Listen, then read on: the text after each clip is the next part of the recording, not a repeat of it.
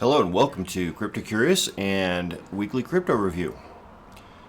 It's been a couple of weeks since I've been able to get a video up. I've been on vacation camping, so I have not only been away from the camera, YouTube, and my house, but I have been away from the markets completely and a phone and the internet. So what's happened in the last couple of weeks? Well, actually, a whole lot of nothing. So if we're looking at this chart, this is the Bitcoin US dollar chart. We have been going sideways for the last several weeks. What does that mean? Well, let's do a little bit of, I don't do a huge amount of TA, technical analysis, but let's take a look and see what we can find out. So let's draw a line here. And I always do it using the wick. Let's see here if I can...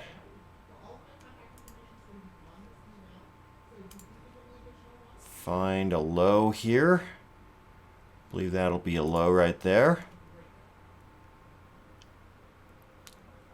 And we'll take it right here. Let's move this just a bit.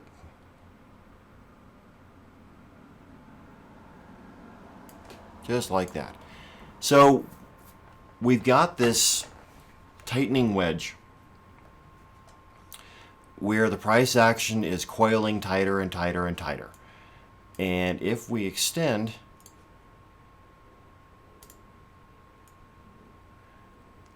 this out to here, and we extend this, this one out to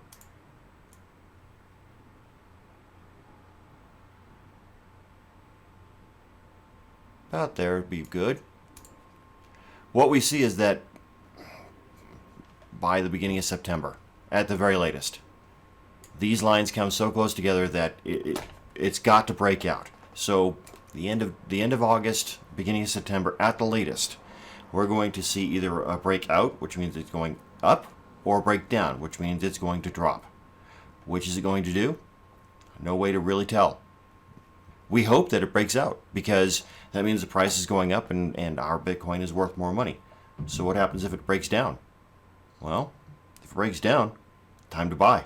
Remember, contrarian investing is buying what everybody else is selling, selling what everybody else is buying. If the price drops and you have confidence that Bitcoin is going to be worth more money at a later date, and I do, price drops, why not buy it while it's on sale? That's what we've been doing this entire time. This entire, month of July, all the way through July, we have been buying the dips as they drop, as it drops and becomes less valuable. I hate to say that.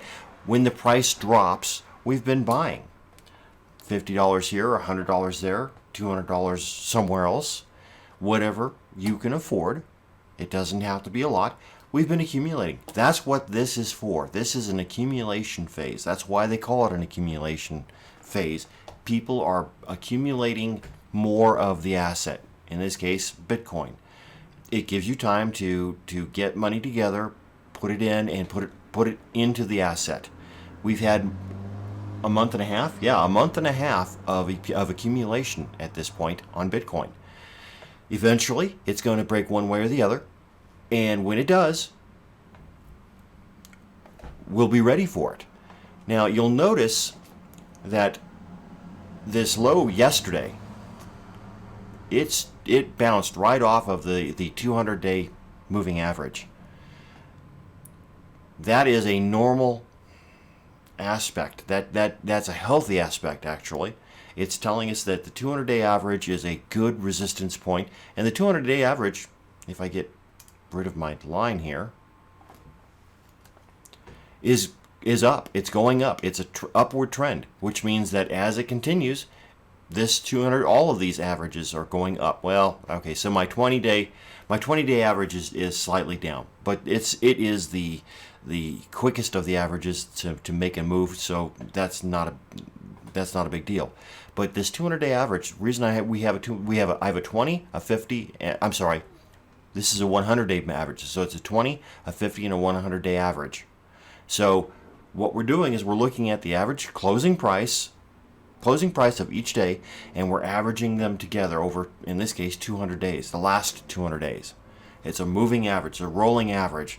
So this is where the price is, the average closing price of the last 200 days is right at 95.22. It's a good indicator to determine where price is going and what the trend is. Trend is still up, and I fully expect it will continue to go up.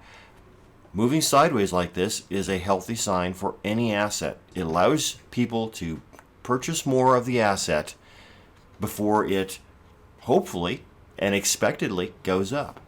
Now if we look at the RSI down here, you'll notice that back here on June 26th, it was way up. It was way overbought. It was up at 100.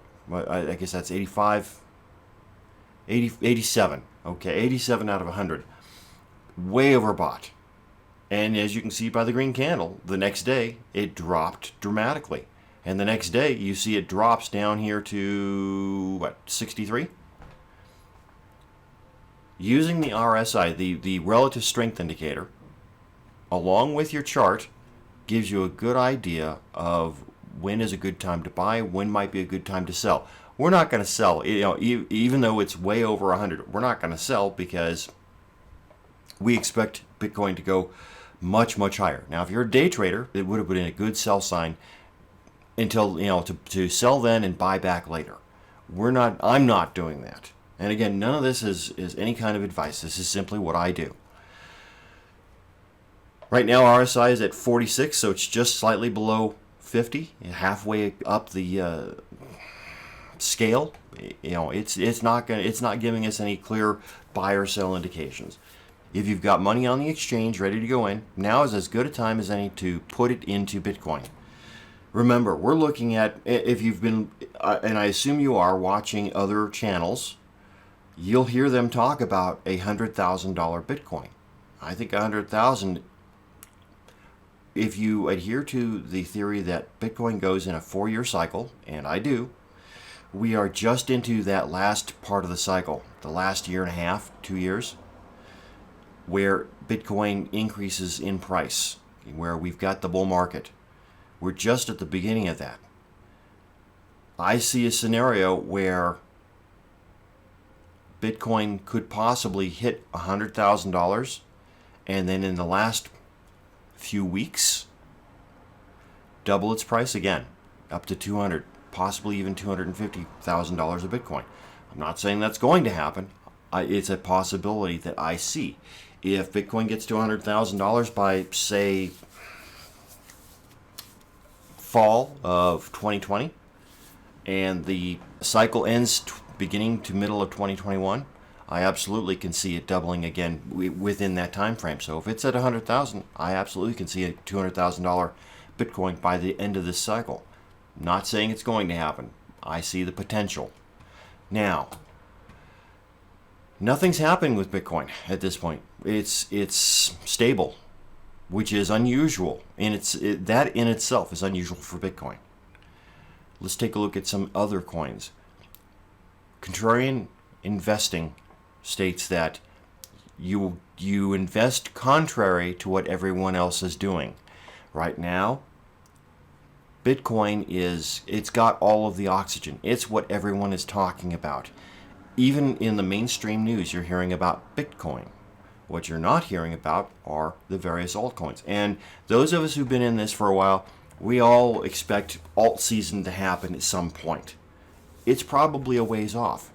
That doesn't mean you can't prepare for it. So let's take a look at a couple of altcoins. I'm going to do this a couple of ways. Typically, what we do is we look at an altcoin. So we're going to look at Litecoin. Okay, this is Litecoin against Bitcoin.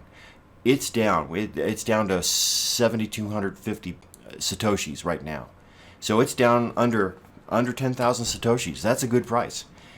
The reason we look at it in satoshis is because typically, when you buy into Bitcoin, and then you have to exchange your Bitcoin into whatever other coin that you want to go into. That's why everybody uses the Bitcoin pair when they're looking at altcoins.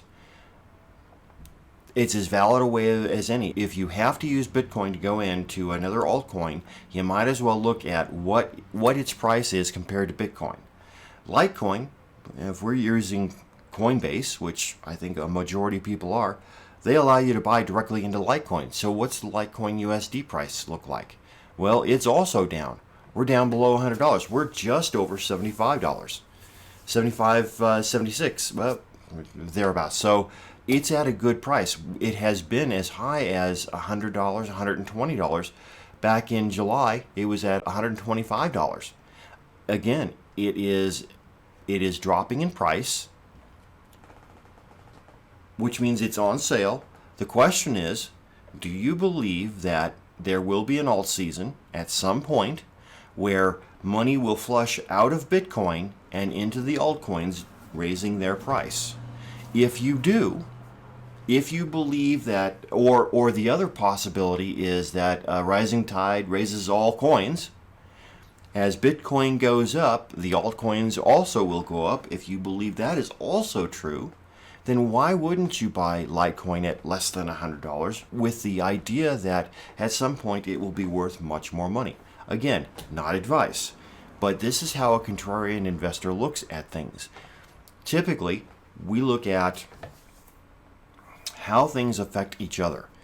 In the last couple of cycles, when Bitcoin rose, the altcoins also rose. And then as Bitcoin reached its peak, or just prior to Bitcoin reaching its peak of right around $20,000, as people saw Bitcoin losing momentum, they moved into altcoins in a huge way, which pumped them up as well. Now, because they were going into it after Bitcoin had risen and the altcoins had also risen, they didn't get all the gains they could have. If you believe that either all coins, all good coins, all relevant coins, and that's the other thing. If you're going to go into an altcoin, you need to do some research. You need to decide for yourself what makes this coin valuable. Last time, end of 2017, you could have literally printed out a list of the nearly 2,000 altcoins that were out there, thrown a dart at it, and whatever coin the dart hit, you could have bought it and it would have probably gone up. That is a good possibility this time as well. The reason for that is this is an extremely young market. Most people have not discovered it yet. Most people are completely unaware of cryptocurrency, what it is, that you can buy it, and that it can, and that, you know, they may have heard the very basics of Bitcoin. People are buying Bitcoin and they don't know, they don't understand why. They don't understand why someone would put money into something that has no value. Okay? That's going to change. And as it does, people are going to come into it. They're looking to get money. I mean, greed is a huge factor in markets. Greed is one of the biggest factors in all markets. And so as those people discover the crypto market in general and altcoins specifically, we are very likely to have another alt season that could be, all indications could be that it's bigger than the last one. So if you have the chance to buy an altcoin, Litecoin at below $100, why wouldn't you? And you don't have to buy a lot. You know, I've got Litecoin. I've got a couple of Litecoins. Bought them at about $120 a piece. I bought them beginning of last year, and held on to them, knowing that as the market dropped, they were going to drop in price. This is not a bad price. In fact, I think I've actually added to it since then. I've gotten to a couple, another Bitcoin, another Litecoin under $100. I don't spend a whole lot of money in the markets. I spend what's comfortable to me and what I can afford to lose should that happen. You don't have to spend a lot of money. So looking at Litecoin and at the USD price, it's under $100 a coin. By the time this is over, end of 2020, beginning to middle of 2021, there are some people saying that Litecoin could be worth nearly $1,000 per coin. That's a huge increase in price. That's more than tenfold increase in price. Why wouldn't you go for it? If you believe that's what's going to happen. You have to do your own research. You have to decide what is worth buying and what's not. No one can tell you that. I certainly can't. I know that I like Litecoin because if Bitcoin is digital gold, Litecoin is digital silver. The other thing about Litecoin is that it tends to be the test bed for Bitcoin. Whenever something is talked about being added, like SegWit to Bitcoin, it's usually added to Litecoin first. That gives Bitcoin an indication of how things will work before they go live with the change. It would be, Litecoin would be the test, being an IT guy, Litecoin would be the test system where Bitcoin is the production system. You always make changes to the test system to verify they're going to do what you think they will before you add them to the production system. So Litecoin is a test bed for Bitcoin. And if you, I own gold and silver as well. And if you look at the charts for gold and silver, silver is way below the price of gold. You know, silver is less than $20 an ounce, where gold is coming up on $1,500. Litecoin and Bitcoin seem to act in a similar way, where Bitcoin can be prohibitive or look prohibitively, if I could speak, where Bitcoin could look prohibitively expensive. I knew I'd get that eventually. Litecoin is a much more accessible, affordable coin, and that will also be a factor in what happens to it. The last bull run on Bitcoin, when the end of 2017, was it MSNBC, CNBC? I think it was CNBC, was telling people how to buy and sell Ripple, because Ripple was $10 a coin when Bitcoin was up near $20,000 a coin. And they're saying, well, you can buy this for much cheaper. Of course, the problem was, as is always the case, if you're listening to mainstream news about the hot tip is cooled off. It's too late. What ended up happening was they actually taught people how to buy at the top and sell at the bottom, because they sent out a few weeks later, put up another article on how to sell Ripple, and it had gone down to, I don't know, $1 or so, maybe less than $1 at the time. Don't listen to the mainstream news. Anything you hear from them, it's already too late. Do your own research. So I like Litecoin as an alternative to Bitcoin, not only because it's cheaper, I can afford more coins, but because it's a test bed for Bitcoin. It's solid, as far as I can tell. As a currency, it's a solid currency. It has probably more potential as a currency than Bitcoin, because if you think about it, people are going to they're gonna hodl Bitcoin. They're more likely to spend Litecoin. In my mind, it is a relatively good deal. It's a solid coin. If I want to diversify, and diversification is a huge aspect of investing, it's one of those coins I'm going to diversify into. So let's take a look at another coin I like and why I like it. We're going to look at Civic. Now, nobody talks about Civic. I like Civic because I like what Vinny Lingham is trying to do with it. Anybody in the U.S. last year, I think it was last year, a little over a year ago, if you're an adult in the U.S., all of your personal information was stolen from Experian, because it's just sitting out there on a server ready for someone to take. Civic, what they're working on is a way to use the blockchain to prove that you are who you say you are without ever giving away or allowing other companies to get your personal information. I think that's a fantastic idea. If they can get it to work, it will be worth billions. So I invested in it. Of course, I invested in it. Let's pull this back a bit. I invested in it back in 2017, back here when it was, well, actually, let's look at the USD chart, because that's what I was looking at when I bought it. So back when it was about 32 cents a coin. So I didn't buy it at the very top, but I did buy it high. Okay, and so I've held on to it.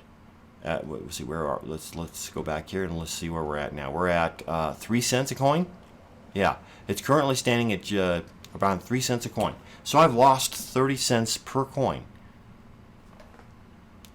but I've held on to it. So my loss is on paper. It's not an actual loss, and I see no reason why Civic can't go up above 30 cents a coin, 32 cents a coin again.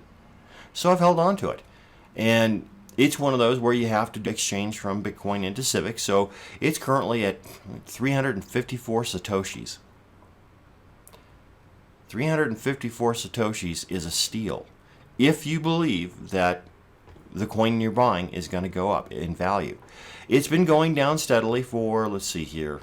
Well, yeah, it's been going down steadily since 2017. Again, all altcoins have been. But it's got it's not a steep drop. It's a nice slope. It's not that bad. I mean, you zoom in on it, and of course it looks much worse than it is. It's not necessarily a falling knife. It is dropping in value. Again, it's down to 3 cents USD, so 354 Satoshis. It's at a price range that is attractive. And if you'd gone in on the 9th of August, when the RSI was down to 20, oversold, ready to go back up, same price, relatively same price. Let's see here, the close on that was 341 Satoshis. So it's gone up a few Satoshis since then. Again, it's an altcoin. It's one of those coins that was talked about in the last cycle quite extensively. You haven't really heard anything about it this cycle. That means that it's under the radar. If an asset is not being talked about, it's under the radar, but it has good fundamentals, eventually people are going to discover it. Again, buy when others are selling, sell when others are buying, wait until there's blood in the streets. Well, at 354 Satoshis, it's a bloodbath. Should you buy it? You have to decide. I'm not going to tell you to. I will say that I own quite a bit of Civic because I believe in the project. I think it has a huge potential, and so why wouldn't I? Again, you have to do your own research. You have to decide for yourself what is valuable to you. What do you believe has value, is at a price that is below what that potential value is, and should you put any of your hard-earned money into it? Once you come up with those answers, you'll know what to go into. And the information is out there, absolutely. The information is all over the internet. It's just a matter of going out and finding it. And, while I can say, here's what I'm doing, here's what I think is going to happen, you need to go out and do it yourself. I am not a crystal ball. I have been in the markets for 30 years. I have lost a great deal of money. Hell, I bought Pivx at $9 a coin. That's how bad I was. FOMO'd into it, shouldn't have, holding on to it, hoping that it'll go back up. Okay? Everyone makes mistakes. Everyone loses money. It's not just you. What separates the good trader from the bad trader is understanding what is a good deal, what has the potential to be worth more than you bought it for, and what does not. Okay, I have bought some shit coins. They dropped in value, I got rid of them. I realized that they weren't worth what I paid for them. Knowing when to let go is a huge part of making money. If you come across a coin that looks good at first, and then later on you realize, oh, this isn't nearly what I thought it was going to be, don't be afraid to lose money, a little bit of money, so that you don't lose a lot later. Anyway, I did want to take a look at one more thing, going back to Bitcoin. Richard Hart back in July 19th, published this tweet about the gaps in the CME. All right, and I've heard others talk about it, but they don't actually explain what it is. So we're looking at the Bitcoin futures CME chart, okay?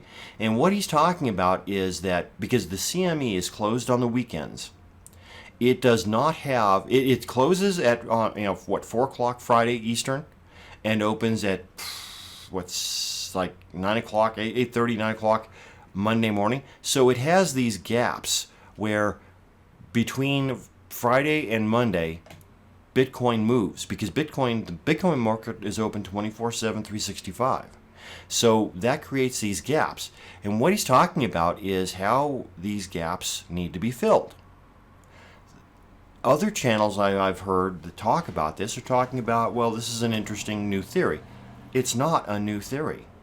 If you look at the regular stock market, whether it's the S&P 500, Dow Jones, whatever, they do the same thing. And because there is after-hours trading, the price can gap either on a stock or on the index itself. And so this is a theory that has been around forever. And what it says is that if on a weekend the price gaps up, like we see over here, at some point the price has got to come back down to this range during market hours to fill this gap. Okay? And we see that on all of these gaps everywhere else. He's saying we don't see that at this gap right here. This gap right here. This gap got filled. It gapped here, it gapped up, and then it dropped. It's hard to see, but there is a wick actually right there that drops down to here. So this wick filled this gap. This gap here was filled right here. Okay? This gap here has been filled right here. Same with this. This is another gap. It's a gap down, so we're looking forward to it gapping, to it filling back up. So what he's talking about is these gaps here. This one here, last gap below, has not filled. And it's about $8,500 for Bitcoin. So the theory is, and as I said, it's an old theory, this gap here, where the CME was closed for the weekend, the price jumped up, gapped on the CME. It didn't gap on Bitcoin itself. Bitcoin is running the whole time. But wherever there's a gap, the price has to come back and fill it at some point in beyond. We haven't seen that. We've seen it drop down close, but this gap is around $8,500. So what the theory says, and it seems to be a fairly sound theory, is that at some point Bitcoin's price has to drop down to around $8,500. Well, if we look at go back to Bitcoin, if we look at what Bitcoin is doing, okay, it's going sideways. It could absolutely drop down to 8,500. 85 is down here. So if it does that, it will fill that gap and the theory will remain stable. We're at as good a point as any for it to do so. And if it does, that would be the perfect place, in my opinion, to buy more Bitcoin. I'm not saying it's going to. I'm saying that's what the theory states. And the theory has been around the markets forever. So it's worth looking at. Anyway, that's all I've got today. This has gone far longer than I had expected it to. If you like what you see, if you find my information valuable, go to cryptocurious.tv/support. And I accept Bitcoin, Litecoin, Ethereum, and BAT. Don't forget to like and subscribe to the video. And I will be back next week. No more vacations, at least not for another year. I'll be back next week with more information on what the markets are doing, and hopefully we'll have popped up above the $13,000 mark. We'll see you later.